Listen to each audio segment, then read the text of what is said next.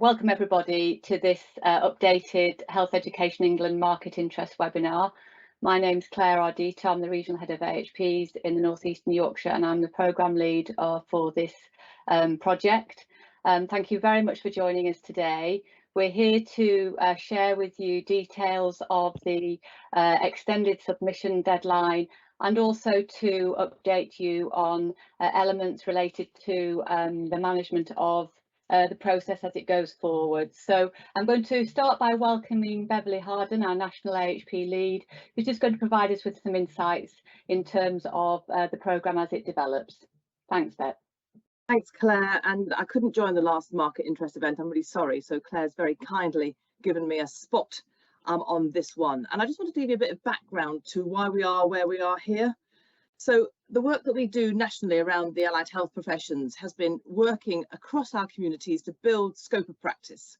The long-term plan clearly recognises the exquisite autonomy, skill set and usefulness of the allied health professions. However, we don't enjoy some of the assets that maybe other professions enjoy around support and onwards development of our workforce. So a lot of the work that we're doing at the moment is looking at optimising our support workforce opportunity, looking at pre-registration support, clinical placements, being able to work across the 4 pillars in the clinical placement environment to enable our students to be the best they can be, have the highest autonomy of practice and become out empowered decision makers who are able to offer the full weight of their AHP brilliance to service. We're then doing the work that Helen's doing around preceptorship, being really clear that we need to then preceptor people strongly into service. And we're using the terminology foundation preceptorship as a way of saying it's not just about loving and nurturing people into service. It's about continuing through that transition shock of becoming a registrant in enabling people to be able to build that autonomy of practice and continue to establish themselves as the clinicians that we are. Again, so we can offer our full clinical contribution to population health. We then have a gap, which is in this piece of work in the planning and thinking that we've done cross professions, is the enhanced space. We then move into advanced practice, where enormous strides are being done around the whole spectrum of advanced practice, both the profession specific aspects of what we do and the more combined roles that we are enjoying also in that space, and then on to consultant practice. So we have this yawning gap in the middle, which is called the enhanced practice space. I don't know if you remember when you were, I'm old enough to have been a basic grade physiotherapist and a senior 2 physiotherapist. You can remember the days when we had such heady titles. There was nothing. It was a barren wasteland of opportunity of education and training. And we would hiccup through that phase of life, feeling increasingly disenchanted, often with the fact that we were unseen, unrecognised, unvalued, and often undeveloped. You'd do a few weekend courses, you'd pay for a bit of access to various different bits of training, but there is and was nothing. And you look today and there still is nothing. There's a lot of opportunity. Yes, we have CPD monies, but we have nothing structural, nothing that we could say, actually, this is your route to become what you want to be when you grow up. And for our students who are looking ahead to what they're going to be when they grow up, they see the yawning gaps often in their world, and people move to advanced practice often far earlier than they may need to, but without the strata of education and training, which enables them to build their decision-making skills, build their clinical knowledge of what it means to be, in my case, Beverly, the physiotherapist, and I worked in the respiratory care inpatient ward-based setting. I needed to learn more, do more, be more in that space. The enhanced practice apprenticeship offers us that opportunity, but this is not just about the apprenticeship, this is about that whole space and building profession-specific structured learning. And I'm being really naughty perhaps when I say profession-specific, because clearly we are in a world where we are valuing both our universal skills and our unique skills. Get that? But if you do not learn what it means to be Beverly, the physiotherapist, I can't then start to broaden my scope of practice and do really sassy things at advanced practice level, because I never learned what it meant to be me, Beverly, the physiotherapist, in my specialty. So we're very clear in this work. This is about enabling us to develop as a clinician in our professional realms, in our specialty, but big specialties, because this is what employer needs it to be, which are big, flexible groups of skills. But it also enables us to then work alongside other professions, work in multi-professional teams, learn together where that makes sense, but never to distract from me being able to learn to be a confident, skilled, able physiotherapist, able to give my best self to my population. Otherwise, we completely lose the unique brilliance of the professions. We have to achieve a Venn diagram overlap, me with everybody else, me being me. We then start to build a workforce that we can absolutely optimize to deliver the long-term plan. And the context within which we're working is that long-term plan that says we really do value the unique professions. We really do value your shared skills. But this is not about creating a sludge of workforce where we all try and be everybody else. That serves nobody. When you look across the exquisite 15 different professions that we have within allied health, and I deliberately separate radiography there because they are different professions. When you look at us, we all do something totally fundamentally different because we are here to serve a different aspect of population health need. And we need that, we respect that, we want to have that. And the enhanced practice piece gives us those profession-specific manifestations, and then a beautiful cross-cutting theme, which is the 4 pillars of practice, decision-making at enhanced level. But I still need to learn what it means to be me, Beverly, the physiotherapist, doing that. So we have this opportunity. We are going first in this opportunity, which is why it feels with the procurement, which is why it feels a little bit clunky, and it's going to be hard work, but we need your help. We can create the climate. We've got the long-term plan, 15-year vision comes out soon. We know the policy context. We have an opportunity. We need to work with you to realise that opportunity, because you as academic organisations understand the scope of practice of your pre-reg, you understand the scope of practice of the post-reg work you do, you get that, you know that. You work with your employers all of the time. You work with your students, you work with your learners coming in from service, you work with your professional bodies. You are ideally placed, whoever you may be in that delivery of education and training space, you are able to see that breadth and depth. But we need a really altruistic space here. We need a space where we can come together and say, I appreciate as universities, your individual businesses, I get that, I respect that entirely. But this transcends that for me. This is an opportunity for us to come together as a professional community to say, what does it mean for my professional grouping? What does it mean for my employers? What does it mean for, and when I say my employer, I mean the nation. I'm talking England-wide here. What is it that we need for prosthetists and orthotists to be fabulously supported at enhanced practice level that brings together the entire the entire prosthetic and orthotic profession together to talk about what it needs for its people, bearing in mind the profession works across NHS commissioned services in NHS services, NHS commissioned services in private sector services, etc. How do we really wrap around the profession, the employers, to understand what they need? And it is the professional employers who are running the departments that we need to talk to understand how do you deploy your staff. Somebody asked me, will there be a intensive care physiotherapy enhanced practice program? And my answer is, well, I don't know, why would there be? Because actually as a band 6, early band 7, I never worked only in intensive care. I worked on the wards, I worked in intensive care, I worked in HDU. I went anywhere where I was needed to utilise the generic skills I had as a physiotherapist in doing respiratory rehabilitation, acute care, medical, elderly, didn't matter. But the employer needed me to be skilled in a way that I could move. So we need to really spend time with employers understanding what is it that we need. And of course, because we're asking one organisation to take one of the professions on behalf of us all, the professional body has to be part of that conversation because they know the policy context for the profession, but the employer knows the clinical need for the profession. And the people who are doing the work know the reality of doing that work. We need that fantastic cocktail of people to come together to start to understand what this looks like, because we need to create an idea of what does enhanced level practice look like. And forgive me talking in physiotherapy terms, but it's what I am, it's what I understand best. And I want to try and give you an illustration of if I ruled the world, what we might be able to craft here would be the ability to say that for the profession of physiotherapy, there are key big buckets of activity that the profession needs to undertake. How do we carve that up in a way that means that somebody who wants to be a paediatric clinician can learn about small people doing work that advances their knowledge around paediatrics and enables them to extend their skill set flexibly, adaptably, in the context of the long-term plan to deliver paediatric care and physiotherapy? Wonderful.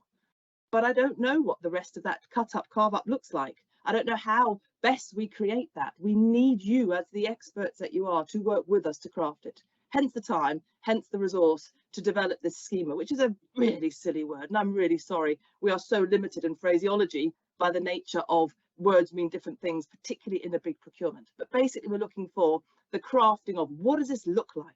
How do we start to enable education and training opportunities that may utilise the apprenticeship? And ideally, again, if I ruled the world, we would have programmes across the country that utilised the apprenticeship, but also was modular, so I could pay as I went, or I could actually do some more modules later on, so I could then start to develop more of my expertise potentially.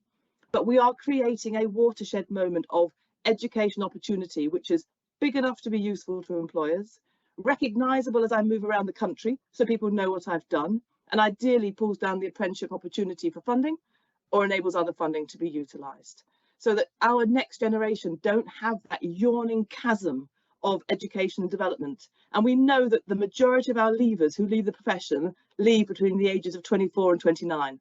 That is this population on the whole, because they get bored, they feel unseen, they feel unrecognised, and they don't see development. And many of our other colleagues working in other sectors are very, very clever in how they've organised fabulous opportunities for development. The NHS needs to have an offer that competes, that values our people, who are often doing the mainstay of the hard, everyday clinical work. Let's see how we invest, let's see how we develop them. People have asked a whole number of different questions. You'll see them through the FAQs, and I imagine you'll have questions to ask. That's absolutely fine, we'll keep answering them. But we've deliberately separated the professions so that we get the ability to focus in on what the profession needs. Some employers might want to look at the opportunity to bid for various different iterations of that, whereby you could bring groups who are more similar together to think and learn together. But my ask of you is, please, let's not undersell the need for the professions to learn to be what they are and who they are safely, and really come out confident and able to act. But when it comes down to what that looks like, you are the experts. We are asking, please come with us on this journey together. We've got one opportunity this year to do this. I'll never have this resource ever again to do this opportunity. We have one shot at this, people. I need every profession covered, and I need creativity, and I need you desperately to come on this journey with me. Please, it's going to be transformational, but we mustn't fall into the trap that we got to with advanced practice, where we got to a point where everything looked the same and it became sludge. This is not sludge. Proud professions showing their interlinkage, showing their USP, delivering 21st century care for our populations. Claire, thank you for giving me a spot to have a monologue. I appreciate that. Sorry to colleagues who've had to spend their lunchtime listening to that, but for me this is the missing link in our ability to love, nurture, support and build that next generation. Thank you, Claire. Thank you, Bev. I'm just going to hand over to Chris Mulshaw now, who's just going to add some additional context. Thank you. Yes, thank you very much, Bev. That was an incredibly powerful and passionate context for the programme as we have it, and hopefully that will stimulate an awful lot of questions and thoughts really around how we deliver this programme. And so before, I'm just going to summarise the extension, but before that I just want to say that we've got Glenn from the commissioning team coming up to talk about innovation partnerships, and also Anthony from the commercial team to talk to reset the timelines that we're talking about. And also we'll have time at the end for questions, some of which we may end up republishing in FAQs, but we'll also hopefully got some time to answer those directly. So as part of the programme, we've made the decision to extend the submission date. We re-evaluated the bid process and have decided to extend the deadline to the 9th of December 2022 at 12 p.m. And we have extended the time for potential bidders to complete the process and develop partnership potential. And also, this will also allow the opportunity for further refinement of the bids already submitted to the first deadline. There is a formal opportunity to raise further questions via the portal, and that will close on Friday the 11th at the end of the day. And really, I guess Bev said it all as well, but it is to raise confidence to make sure that we get the maximum opportunities realised for this project, and really about getting it right first time. we might not have an opportunity to do any more of this again. So it's really about the context. So thank you, and I'm now going to pass over to Glenn to talk further about the innovation partnerships and the importance of collaboration. Thank you. Yes, good afternoon, everybody. My name is Glenn Besley. I'm actually the Senior National Commissioning Manager for HEE under Education Funding Reform. I've also got a secondary hat, which is Programme Lead for Commercial Strategy for HEE TEL. TEL is the Technology Enabled Learning. So you can see how the two roles dovetail together nicely, which brings about a change in the way we're looking to commission across the system. So innovation partnerships, basically all of the commissions that we do nationally have got golden threads that run through them, and these golden threads are quality, impact and value to the taxpayer, equity, quality and equity and inclusivity around diversity, and also environmental sustainability. Those are our golden threads. Now, what we've been trying to achieve through all of the commissioning activities is this excellence, where we bring about consistency, continuity and sustainability across the piece. So innovation partnerships is about trying to hone in on some of these qualities. So we're looking for programs where universities will for the first time work together to innovate and create. So therefore jointly we co-create, we co-design, we co-deliver, and we also co-elevate. So this is all around trying to get the very best into the health system, which brings me nicely onto innovation, because out of this co-work, if you like, will bring about a difference in the way that we actually achieve our overall aims. So innovation and adaptable solutions is actually where we're actually aiming for. So when I come to innovation, I just want to mention to you that there are two basic types of innovation that we're actually driving for. The first one is what we call incremental, and the second one is what we call recumbent. So let me talk to you quickly about incremental. Incremental innovation is where it's almost like a vertical expansion of an original idea. So if I gave you something like James Dyson, he's very well known for his cyclone technology. So if you look at the fact that he would take that same technology and he will then adapt that into vacuum cleaners and air purifiers and hair dryers and even hand dryers in washrooms. So that same technology, we've actually used a vertical plane to innovate and create even more. The next one is what we call recumbent, which is where you take two totally unrelated items and fuse them together. An example of this would be the microwave oven. Who on earth would be thinking about microwaves, which is radiation and cooking? Two totally unrelated ideas which have been fused together to create something really, really important. And I'm sure you'd agree that virtually every home basically across the globe have actually got themselves a microwave oven in there.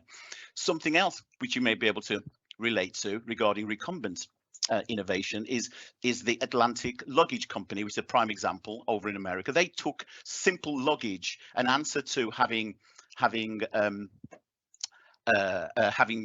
pain in your arms and in your back. They came up with taking wheels and adding them to luggage. A very simple idea, but nonetheless revolutionized the way we actually deal with travel. It got rid of all of the pain associated with that, but more than anything else, it got rid of very expensive porters at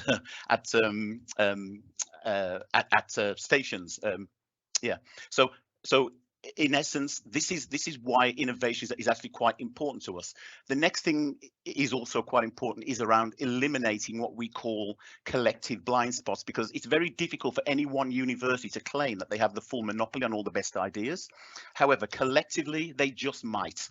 So we're looking at reducing what we call collective blindness. If you've been working within any institution for any length of time, you create simply by default what we call groupthink, and we're trying to move away from groupthink. We're looking for individuality. We're looking for moving away from what we call homogeneous thought patterns. So it is really, really important that we collectively work together with the professional bodies and the various universities who can come together to really get these minds thinking together. So for me, getting the best brains working together to create an end result is actually where we're actually aiming for. So it's in essence, I presume it's I suppose the term could be used as a biological evolution that is cumulative and mutates, which gives us a different offering. So this is why innovation, working together as a partnership, is something that is really, really important to us. I'm going to add one last thing into this, and this is the opportunity for us to inject technology into our offering.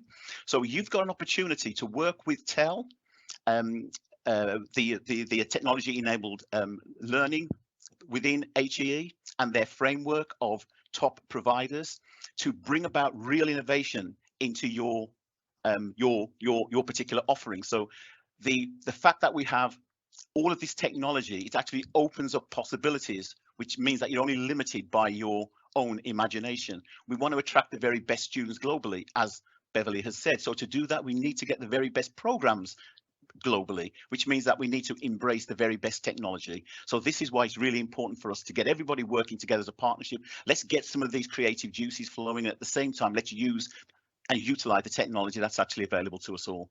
And hopefully this new approach, which is collective thinking, is in line with what the government are asking us for. It's about getting everybody to work together to generate something that's going to be really important for us all going forward. And that should have a significant impact on the health system moving forward. So I wish you all the best with your creation of your partnerships, and actually I'll be very heavily involved with actually watching how these evolve as the time goes on.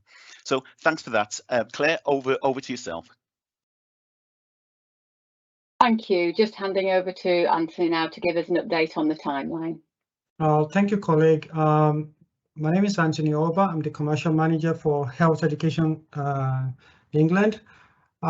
Moving on to the commercial timeline for this provision, we've extended the contract, as Chris, my colleague, mentioned earlier on, to the 9th of December, 12 noon, 12 December, which is the next closing date of December.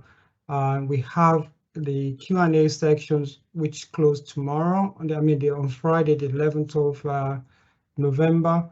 Then we're hoping to be in a position before Christmas break to award, notify who is successful and unsuccessful provider before Christmas break. Then with the hoping of closing the stanza period on the 3rd of January 2023, with the commission starting of the 5th of January.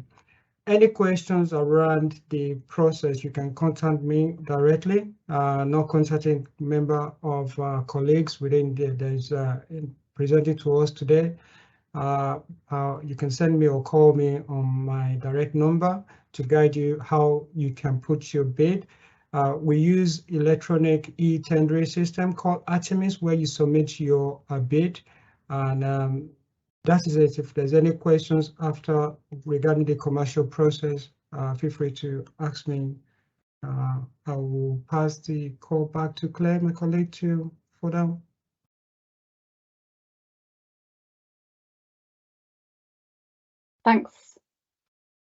Thanks very much, Anthony. Thank you. That's great. So I'm going to just take a moment to consider the development, implementation and delivery timeline that has been amended due to the extension in the bidding deadline. So from our perspective, we really want to recognise the extension of the deadline and the completion date as additional challenges to you as our delivery partners and stakeholders. So we recognise that. And have made some changes as a response to that. So to begin with, I'd just like to talk through the facilitated support that our HEE colleagues working together will be working in conjunction with the National Education Commissioning team will be commencing once we've allocated and agreed who our bidding partners will be in January. So we'll have a first meeting with those partners on the 12th of January, and then we will be implementing regular bi-weekly partnership meetings through until the end of March. This will be really to support and to work with you alongside your innovation partnerships, and really to think about what opportunities, how we can consider any opportunities to share practice and to offer programme support. The first milestone that we will be seeking for a delivery of a draft of the profession-specific schema will be the 31st of March. But we also recognise that we're not going to be asking for a full submission of all of this commissioning documentation because we're going to allow for the academic year. So we're going to flex into the academic year, and then this will enable hopefully yourselves to have more time to work with your partners and with your colleagues alongside you to really deliver the complexities that we recognise are required as part of this commission. So moving into April through to June, we will then support via monthly oversight meetings, aiming for programme completion and delivery of the final schema and model curricula by the end of June, the 30th of June 2023. Alongside this process, we will also be engaging and working with the professional bodies, and this will be via our regular meetings that we have already in place with them, with HE and professional bodies. So we hope that you can see there that we have really considered what's going to be required to support you to deliver on this commission, extending those deadlines and adding in additional support and time for you to complete the programme of work. Thank you. So we're going to just now offer up any opportunity for you to ask any questions of the panel, and also just to remind you that we will add in questions to the FAQ document that will be available through the portal. So Chris, you're going to introduce any questions that we can answer via the panel today. Yes, thank you, Claire. There's a couple of questions in the Q&A. One is, what is the portal and how do we get access for the Q&A? Anthony, could you just remind us of where they can access that, please? The portal is the HE tendering system that HE use for all our procurement activities. But I will send a link also to all the FAQs. You can receive that, but you got my direct email address if it's specific to send you the link to the portal, how to register your interest, and all the documentation is embedded into the provisions on the portal. Okay, thank you. There's another question here. Is there any change to the tender specification? Just extending the deadline will not address the issues with the approach. Claire, do you want to pick that one up? Yes, so there is no change to the tender specification, and I think Beverly quite clearly articulated at the beginning of this session today that we are looking for profession-specific detail here, and I know there was some questioning around whether it could be combined together. I think it's for you with your level of expertise to consider any approach where you may wish to combine professions together where you see there's alliances or opportunities. But our approach has not changed in terms of the initial intention of the tender, and the specification is as was set out when we originally commenced this process. Chris, if the colleague who put those questions in the chat had anything specific that was appropriate for the conversation, we'd be happy to hear that if there's anything else they want to raise, if that makes sense, Chris. Because there's huge flexibility within the procurement potentially. We have deliberately not put rules in there because we need your creative genius to flow through the work. So there should, I hope, be sufficient flexibility for some quite innovative approaches. We're anchored in the outcome, not the input, if that makes sense. And I think there's also another question around the collaboration between HEIs, and we're not at all suggesting that innovation does not go on between HEIs, but this is fundamental to this particular commission that we were really looking for collaborative and innovative approaches, not just between the HEIs, but also to include the professional bodies and other stakeholders within the commission. There's a question here as well. Is there only to be one bid per profession that's submitted via the professional body? Claire, do you want to clear that one up? So no, these don't need to be submitted via the professional body. This is about collaborating with the professional bodies. They have been fully briefed of the intention of this commission throughout. We've met with all of them and are aware of our intention here. So it's really just an opportunity for you to engage with them, to understand their priorities for this part of the career framework, the enhanced level of practice. What are their priorities? What would they like to see as part of this commission? So there's absolutely no requirement to take this through as in via the professional bodies, but we would definitely be seeking their support and guidance from them to you as you develop your bid and your submission. Claire, could I just add, I think that the real challenge is this is a profession, and the professions as allied health coming together to really determine how we fill that yawning gap with and for people. And we're never going to get it right bang on first time, but we're all passionate people who lived through that gap. Many of us thought twice about staying in the professions through that gap. And many of us moved out of the professions during that gap. How do we create a different environment where we can create some education and training opportunity that does keep people there? And that does need employers, students, workforce, patient voice, person-centered voice, universities, professional bodies working in concert together to craft something that would then be genuinely meaningful. Because at the end of the day, in my old job as being a busy manager of a huge sort of AHP focused department, different professions, I'd have to need to want to release somebody to do this training if it's going to have succeeded. So I struggled enormously to find education training opportunities for my staff to go on. They struggled to find things for themselves. But if we had the ability to map out intelligent opportunities for education and training that filled that yawning gap, that gave people hope and aspiration that they can develop their specialised skills, and think about things like first contact practice for the R's professions. We've got a world here where for paramedicine, we could create an opportunity for those paramedics who've trained in the ambulance service, coming out now looking at primary care, looking at emergency departments, looking at different career opportunities that gives them then the chance to say, actually, you need a really great generic skill set here, paramedic, to flex across the system, work across the system. You need now to have long-term condition skills that you didn't have perhaps in the earlier days of your training, because you're now working in GP practice, not giving the nebulizer to the asthmatic and taking them to hospital, but working with them on the long term about how they manage their asthma in the community. So we've got a real step up of different skills for all of us in many of those roles. FCP has really brought it out in sharp focus.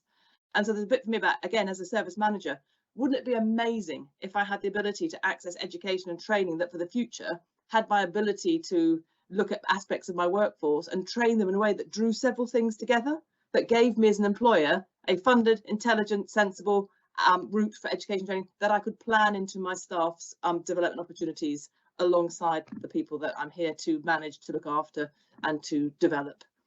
So that's why this for me is so key. We have a once, and this, I keep going on about it, but this is a once in a lifetime opportunity. We have really striven, is that even a word? We have worked so hard, I think is the word, to find the money to do this. But I desperately want to see every profession covered. And it is the small professions who may find this quite challenging. It is the middle-sized professions who could find this quite challenging. But it's also the big professions who are going to find this quite challenging. Hence the approach around innovation and Glenn's point around bringing the best brains together above the sector to work together to craft it. We could have gone to the professional bodies, we could have gone to employers, we could have gone anywhere. We've landed this, I hope, in a way that keeps the door open to anybody to be in this space, but actually does respectfully say to our HEIs, we know you do this for a living. You work with your employers, you know, this is a great place to start, but it doesn't preclude anybody. There's a lot of wriggle room in this specification that gives us a chance for some really clever thinking, hence needing perhaps more time to really maximise some of that opportunity. Any more questions, Chris? Yeah, can you, Bev, whilst you're there, could you just, there's someone has raised a question about concerning the viability of the smaller professions if each of the curriculum are developed separately. Yeah, I think the challenge for us is that we will have small professional groupings. Let's say prosthetics and orthotics, microscopic. We train 45 a year, but they are the most exquisitely important people if you lose a leg, because you could not get back to work, do anything without them. I know we all know that, but they have as much right to this education and training as anybody else. That sector has come together with such excitement and panache because it can see an opportunity where it can actually fill the gap and build some really clever opportunity. So there's a real interesting piece for me there. I don't know any of the output of that, but I just can feel the momentum coming from that group. And that comes down to the fact then we might only need one course for the whole country, because there might only be, I make the numbers up, 23.5 people every year who need something across the country. But that comes back to Glenn's point then again around how do we cleverly use blended or different forms of a learning approach that means that actually I might have an orthotist or a prosthetist working in Cornwall, I might have 2 in South Tees, I might have 1 person in Cumbria, somebody else in Canterbury who need to do the programme. Why can we not connect across a national community to have one programme across the country? And then as a group, we have 3 universities who deliver prosthetics and orthotics. Can they come together to do something really meaningful? The real tragedy for me would be if we had one university that was delivering for many, where there was no prosthetic or orthotic knowledge, skills or pre-registration involvement, which meant that we were perhaps not showing the respect to that profession that it deserves of being seen in its own space. And I know that sounds a bit strange, and I think it's a difficult thing to explain, but I wanted to start with the opportunity for us. We're all 15 together, but we're actually all also individual professions. And so I wanted to start with a point where we have got the ability for everybody to be seen in their own space. It doesn't mean that one university couldn't put in I'm going to do all 15. Here's my underpinning content, and here's how we're going to realise the genius of each profession. And I'm going to have people doing these different bits. But don't forget, it's not one university claiming the space of that work. We're developing the schema and then thinking, which is what on earth is it and how might we do it? And then we're thinking through what it would look like in practice. So there's a bit about being really mindful. If we can rise up above the fact that my institution, we want to do this into the space of what does it look like if we are creating this opportunity, and then how might it be delivered? I hope we can get to a point where we can have some really adult conversations, which might be, and again, I am making this up, but it might be that we only need, and as part of the apprenticeship opportunity, we can do some scoping as employers start to understand what this would look like, is that it can be really clear that we might only need 3 centres that are expert in certain aspects. We might need every region to have several who are expert in the bigger professional groupings. We won't know till we start to do the research, the understanding and the thinking through of this. But I'd hope that we don't disadvantage the small professions. And I think if the small professions feel disadvantaged, then I'd like them to be, again, reaching out into the wider space to come on board and say, actually, we'd love to be part of your community. It's so we don't do on 2, but we do with, and we craft together what's right for the individual professions. I hope that made some vague sense, Chris. I think, I want you to help us think through what the options are. So don't shy away from being creative. I'm not saying you can't. I'm saying I really want to think through what this looks like. I really want to understand the opportunities that you see. I am not what you are, which are the education experts in delivering, working with service. I have a very different approach to life. I'm fascinated to see what we can come up with here. It's about value for money for the taxpayer, but keeping these precious staff hopeful and engaged in workforce so they can offer their population the best service. That's my outcome. What it looks like, how we craft it, really need your help.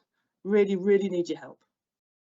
Yes, that's really helpful, Beth. Thank you. And there's another question here about, can you confirm you're expecting one institution to lead each occupational pathway? And I think you've answered that really well, but I'll just ask if Glenn's got anything to add maybe about innovation partnerships and how that could work over and above what you've already said. You're on mute, Glenn. The bottom line for us is we have to pay one person to do the work, and then I hand over to Glenn for the clever stuff. There you go. Okay, yeah, fine. So it's actually quite clear in the specification what we're actually trying to get to, the point we're trying to get to within innovation partnerships. We just feel as if it is really important, and I've already iterated this in my opening remarks, that individually we can achieve. That is not a problem there. We know that. We've proved that over many decades. But what we're trying to get to is something that we've never had before. And this is where we're looking at collective thinking, the pooling together of great minds to achieve something that is never been done before. And Beverly mentioned to you earlier, it's a once in a lifetime opportunity for us to do this. This is why we want to try something different. We want to engage the technology that's out there as well. And please, please, please, I implore you to actually reach out to us for that, because again, great opportunity to embed the very best by way of global technology into your programming. So again, let's actually embrace this. The actual partnership idea, innovation partnerships, is where the national commissioning team are driving towards, because it's almost a mandate to us to get our HEIs and our partners working together and thinking in that safe space. So this is why we are going to be pushing quite heavily around the innovative space, and you will see innovation come up time and time again. So please embrace it. It's here, it's not going away, because we believe that this is how we're going to get the very, very best programming, which is going to serve the system far better. So, and we're not on our own, Glenn, are we? Other professional groupings are in this space too. Nursing do a lot of this through their blended learning work. Midwifery have done a lot of this work through their different approaches. What we're doing is just stepping into that space with people, and we haven't done the major advances yet around blended learning and pre-registration, because we have a lot of growth going on at the minute that we just need to stabilise first. But this for us is an area where we can embrace that far more creative approach to accessibility of programmes. Lovely, thanks, Glenn. And Bev, maybe for you again, as an NHS-based AHP leader, how can I and my clinical teams influence this? Where and how do we get involved? Brilliant. So as soon as we get our list of the lead partners for this work, Claire had a far more intelligent word for it than I've got there, but the person who we're going to commission to do the work for us, then at that point, we will then do some work with Claire, with Chris and the team, to make sure that you know what's going on. You've got an idea as employers of where this opportunity is, and we'll be asking our lead partners to then reach out and see who's engaged, who's interested in what opportunities there may be. And Claire talked at the beginning about a series of webinars that we will run for the partners who we'll be working with, as a way of helping us all continue to learn together, collaborate together. And there may be areas where actually we do need to do some more work together as that evolves, because we see other opportunities. So the flexibility continues as we start to work together. But at that point also we can make sure to reach out to employers, because employer voice is everything. Because in my old world, had I not been able to use what we had crafted, it would sit on a shelf and collect dust. There is no way we can deploy this much taxpayers' money to a shelf to collect dust. We have got to try and create something that is going to transform our ability to deliver this support to our mid-grade staff. And for me, remember, this is all about long-term plan delivery of scope of practice. And for us, really optimising your ability as managers then to utilise your staff. But the leaders need to help us to understand what are the buckets that are meaningful to deployment, so that we end up not having somebody who's a super specialist in the left little toe on a Thursday, which is wonderful, but I only have 6 patients a week who have a left little toe problem, and I've got a stack of frailty and MSK patients waiting for appointments. We've got to create something that matters to you and to the populations that you serve, with enough flexibility that universities can flex a little bit if they need to, because they are there to serve their employers, clearly. Lovely. Claire, I wonder if you could just say something very quickly about why the money is unevenly split when the smaller professions have potentially less developed work already in this space.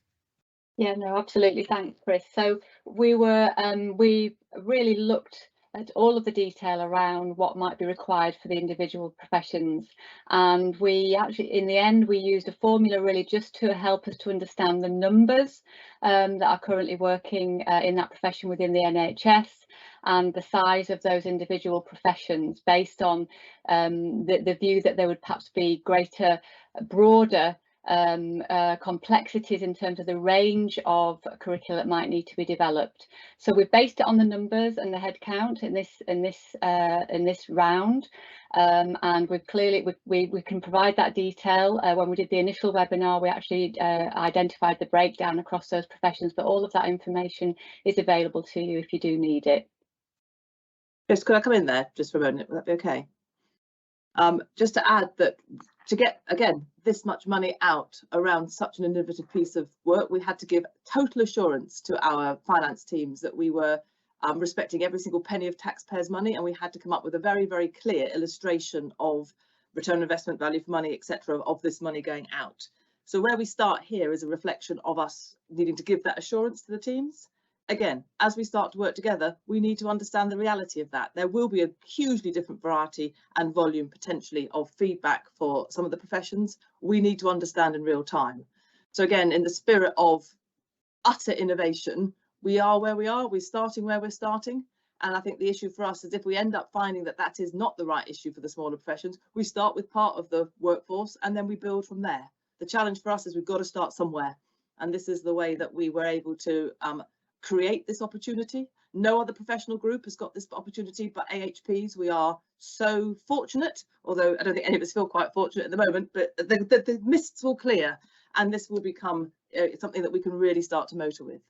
But we just need to work together pragmatically, intelligently, as we do in everything else that we do, to do the best we can with where we are. But I completely respect and understand the point made in that question, Claire, and I think the challenge for us is working together as adults to do the best we can, and we'll continue to always do that together. I know it feels clunky, and I'm sorry it's clunky, but we're clunky together and we could make some real genius here. Yes. And also what's actually quite important for me and what I'm really looking forward to is the richness of the cross-fertilization of ideas that's going to be flowing between not just individual professions, but actually across the piece. And I think when we start our review periods and we start talking to the different partnerships, we can then cross-fertilize that into others. It's going to be an absolute, it's really a really exciting project, and it's you know, and invariably I'm quite blessed to be a part of this and to actually watch it grow. And everybody's watching us. Science watching us, pharmacy's watching us, Absolutely. nursing are watching us. And you know, for some of the big professions, it's much easier because you would just do critical care nursing. You would just do, you know, urology nursing. Fantastic. We do not have that luxury. Not even our big professions have that luxury. So we've got to be clever and smarter in that space together. Great. Brilliant. And we're starting to run out of time, but there's a question here, probably for Claire and Bev, but a question about the professional bodies and how they will be involved in this. Will professional bodies be involved in the bi-weekly partnership meetings or just receive updates via the regular HEPB meetings? Thanks, Chris. So the intention for the bi-weekly partnership meetings will be to meet with successful bidders. I think otherwise we'll start to find that it all becomes perhaps a little bit of a bigger beast than we can manage in terms of that level of engagement, where we really want to be able to have productive conversations, offer support, offer guidance, work with our National Education Commissioning team to help support the development of this piece of work. But we will absolutely, and we have been committed all the way through to working with the professional bodies. We have regular engagement meetings with them. We'll provide regular briefings and updates to all of the professional bodies equally, because obviously, as you can imagine, it may be that there will be different levels of engagement at different times required, and we just need to make sure that we're really transparent about that and that we're not, you know, favouring one professional body over another, and I think that's really important. So my view there is that we will absolutely keep the professional bodies engaged. We'll do that through our usual processes, but if there's a requirement to add in additional elements or to bring people in, as Bev described, we can be really flexible here, but we do want to be fair, we want to be equitable and make sure that we work with you equally and productively. Thank you. Bev, anything? Yeah, could I add, the reality of this is that we're so small, we have so little resource, we have a huge opportunity here, we've got to exploit everything we can out of it. So let's say I was running the ODP development programme for this work. I would go to the College of ODPs, I would scoop up somebody who they volunteered for me, I would suck them into my lair as I was doing this work, and I would have them working as part of the design team, absolutely in there, working with us, debating, thinking, crafting, whatever. We will do our update of them through our contract management and our relationships with them. We work hand in glove with these guys. I get really distressed when we get into the profession versus the professional body piece. The issue for me is they are the voice of your profession. They often hold your indemnity, they often hold your union, but they are also the people that are fighting for your profession, for the advancement of your profession. When you need prescribing, they are the ones who do all the work to craft the case of need that goes forwards for prescribing. They are your best friends in all of this work. Yes, we all annoy each other every now and then. I get that. Goodness me, I annoy myself. But the issue here is that we are one team delivering this piece of work. So whatever we craft in the future, I would be desperate to see that we have all the key players side by side, craft magic together, and the professional body is absolutely in there with them, because without that, we're going to miss a trick. Without that, we're going to miss some connection somewhere that's going to be a really key part of what we do. And also, don't forget, you want that professional body to be driving the communications around this, the uptake of this to its membership. You want them to be giving it the credibility, not because we depend on anybody for credibility, but we want everybody, us promoting it, you promoting it, employers promoting it. We'll have NHS employers, we'll have all number of different people. We have got to have the professional body as part of that. And we all have an opinion about each other, about whether we are behind the times, with the times, whatever, doesn't matter. I see everything in life as an educational opportunity for everybody all the time, primarily myself. So let's go into this in the spirit of togetherness and using, it's that summative value, isn't it? This has to be 2 + 2 = 743 because we have no other option. Yeah, fantastic. I've got probably time for one more question, and it concerns the intellectual properties work for the institutions. If they then develop their own extended practice course, then they would own their own IP themselves and can support the businesses ongoing. So we just have a little thought about the IP. Yeah, can we take, we'll feed back the answer to that questions in the FAQ regarding the IP. Okay. It's quite a complex issue, so we just need to make sure you get one absolute clear set of sort of requirements in that space, so that we're able to make sure that we are deploying taxpayers' money to get optimum utilisation for everybody, but we still allow people to be able to exercise their right to move and act in this space. It's a tricky one, but as Anthony says, we'll give you chapter and verse in the FAQs. Okay, lovely. And that's pretty much all the questions in the chat.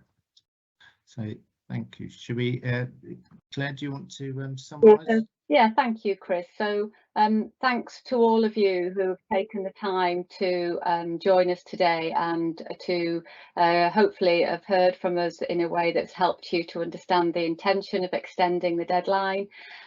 We are really excited to take this programme of work forward, working collaboratively with yourselves, with HEE. If there are any questions that we haven't answered today, we will review them and we will add those into the FAQ document. So please do use that as your point of contact for really gathering together all of that information that you're perhaps not quite sure about yet.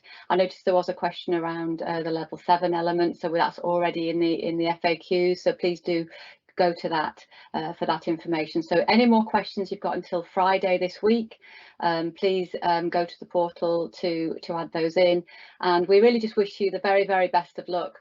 We thank you to those of you who've already demonstrated and shown interest and hard work to get to the stages you're at, and we really look forward to hearing from more of you as you pull your ideas together and your innovations together over the next few weeks. So thank you very much for joining us today, and we look forward to hearing from you.